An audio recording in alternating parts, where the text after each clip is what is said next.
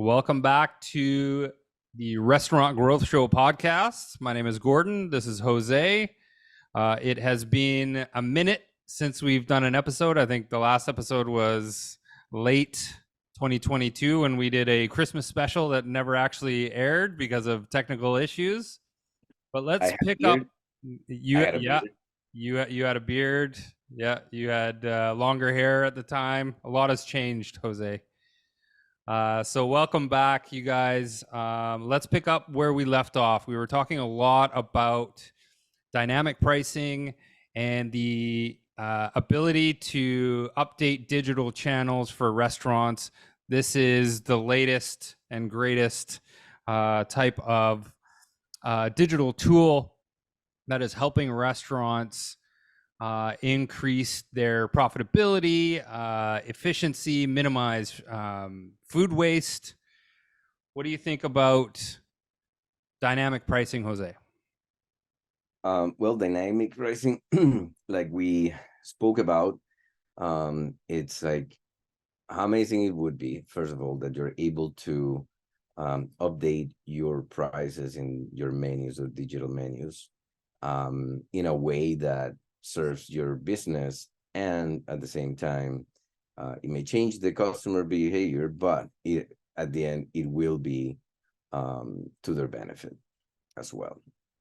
So right now I can tell you, I mean, that most restaurateurs wish they could do it with a flick of a click of a button. Yeah, a click of a button, and it's not that easy. I mean, it's like you gotta go.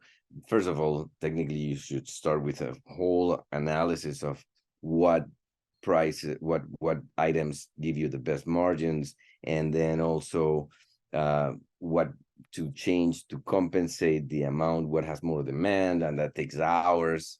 And then you gotta go into the one menu and update all those items, and then you go into the other menu and all those items. So the now with AI and some of the technology out there, it's just makes it so much more amazing in terms of possibilities, and dynamic pricing is just one of them that we're starting to see, and I like in other industries that already have been using it for decades.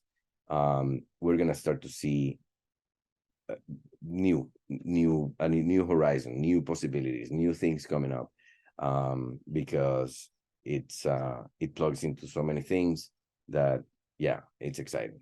So for those in the audience listening and watching at home, what influences a dynamic pricing update or change or strategy? What aspects out there cause a pricing change? Because I know that typically an operator is using the blanket approach, right? $1 across their entire menu to increase their profit margins. But what are the factors involved in that process?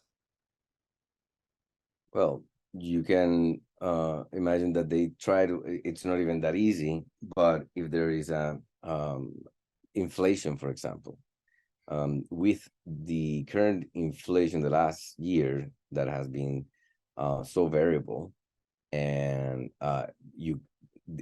the amount of time that it takes to calculate a proper update or optimization of a menu, it's something that you can only do maybe in the best cases every quarter.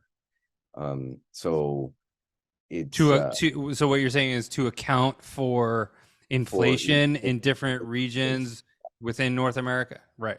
Yeah. So and you know, the most likely the situation is, oh my God, inflation is 5%. We're gonna have to go 5% across the board, right? Across the board, and then something else. Oh, another change. Again, another 2%. So and the reality is that, like you just said, it's different in every region. It's different in every area, because there's many factors that come into play. One of the things that makes me think about this a lot is how in the States the average inflation last month was 3.4, I think. And at the same time, the inflation, the average inflation in Florida was 9.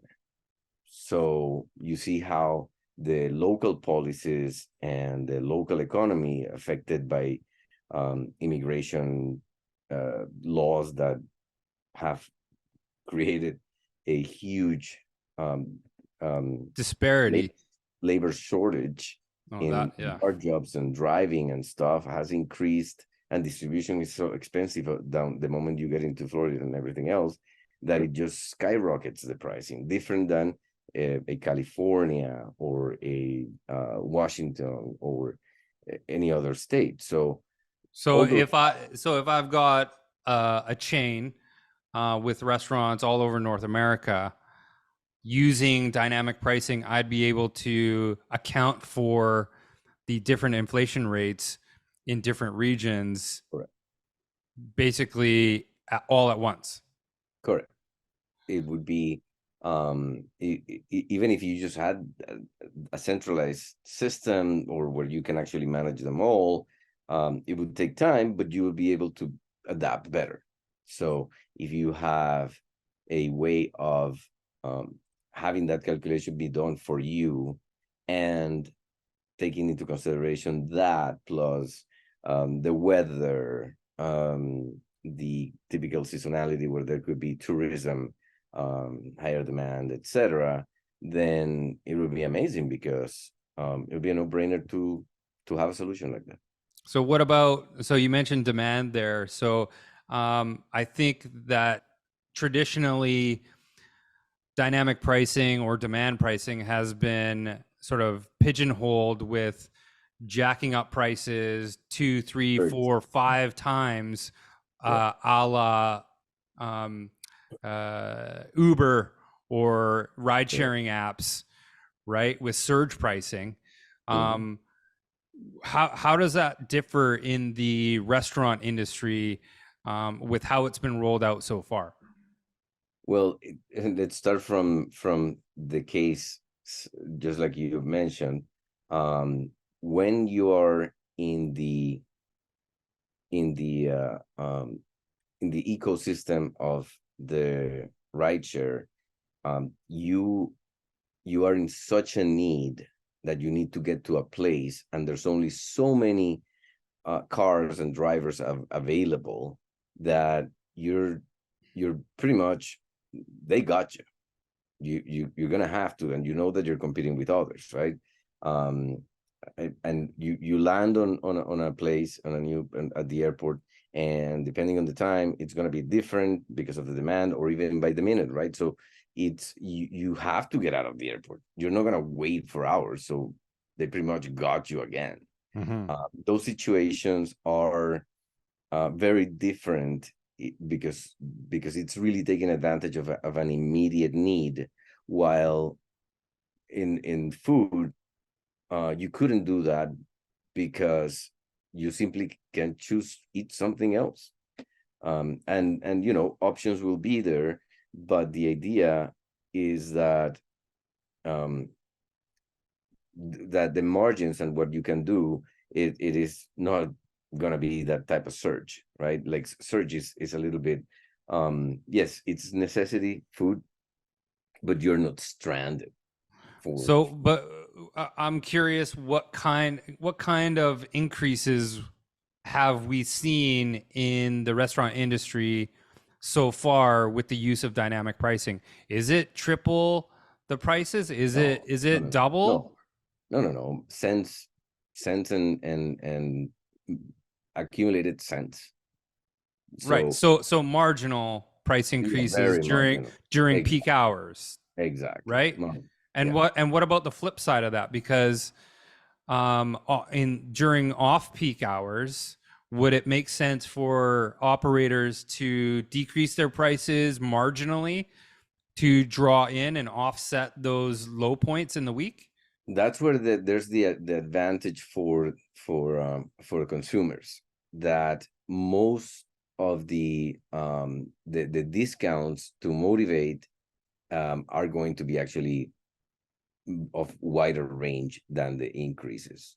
And because there are some of the factors that are in terms of loyalty, reducing waste, giving people a first experience. There's a lot of different factors that come into doing a discount, announcing it, promoted that these hours are better for taking advantage of discounts, and that's what that's what starts influencing the consumer behavior to their advantage when they start to learn that actually, okay, you know what, it makes sense. The restaurants, if I'm super busy, I'm gonna just wait half hour.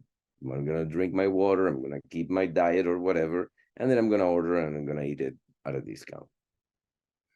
Yeah, it's a really fascinating and um, dynamic, for lack of a better word, type of strategy in terms of pricing, and I think that it is long overdue for the restaurant industry, and I think that um, it is being adopted more and more. There is some fine tuning, obviously, to be done.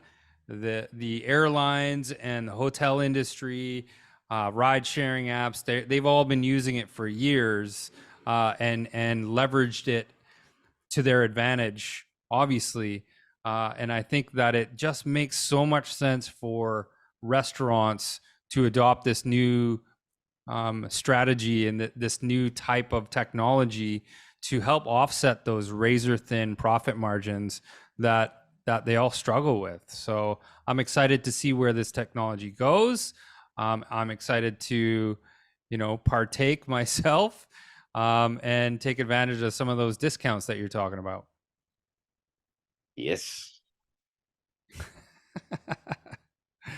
All right, that's it for us at the Restaurant Growth Show. His name is Jose. My name is Gordon. Till next week, we're going to talk about more about dynamic pricing and how restaurants can help increase their sales and grow their restaurant. Thanks, everyone.